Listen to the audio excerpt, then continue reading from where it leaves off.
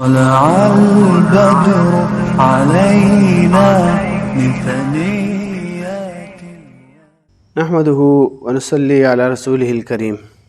آج ہم سنت مؤکدہ اور سنت غیر مؤکدہ پڑھنے کے طریقے کے بارے میں بات کریں گے۔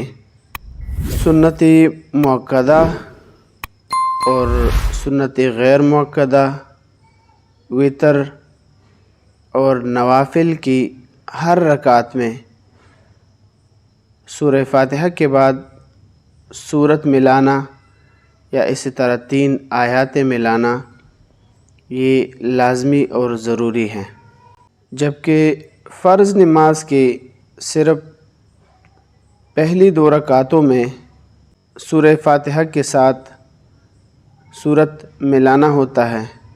البتہ اگر نوافل یا سنت غیر مؤکدہ 4 رکعت ایک ساتھ پڑھی جائیں تو تیسری رکعت کو ثنا اور تعوذ سے شروع کرنا اور پہلے قاعدے میں تشہد کے ساتھ درود شریف پڑھنا یہ افضل ہے۔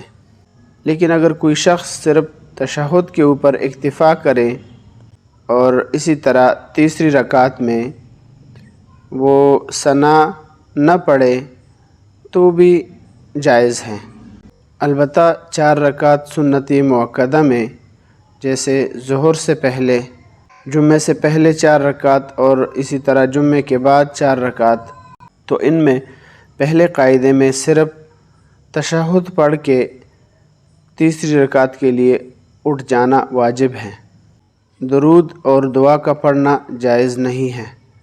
اور غیر مؤکدہ میں اس کا برعکس ہے کہ تشہد کے بعد درود شریف بھی پڑھ لیا جائے، اسی طرح تیسری رکعت میں اٹھ جانے کے بعد ثنا اور تعوذ وغیرہ بھی ملا دیا جائے تو یہ افضل ہے۔ لیکن اگر کوئی شخص اس کا برعکس کرے، یعنی اس طرح نہ کرے اور بالکل سیدھا سادہ کھڑا ہو جائے، مطلب یہ ہے کہ تشہد کے بعد تو بھی نماز ہو جائے گی، اس میں بھی کوئی حرج نہیں ہے۔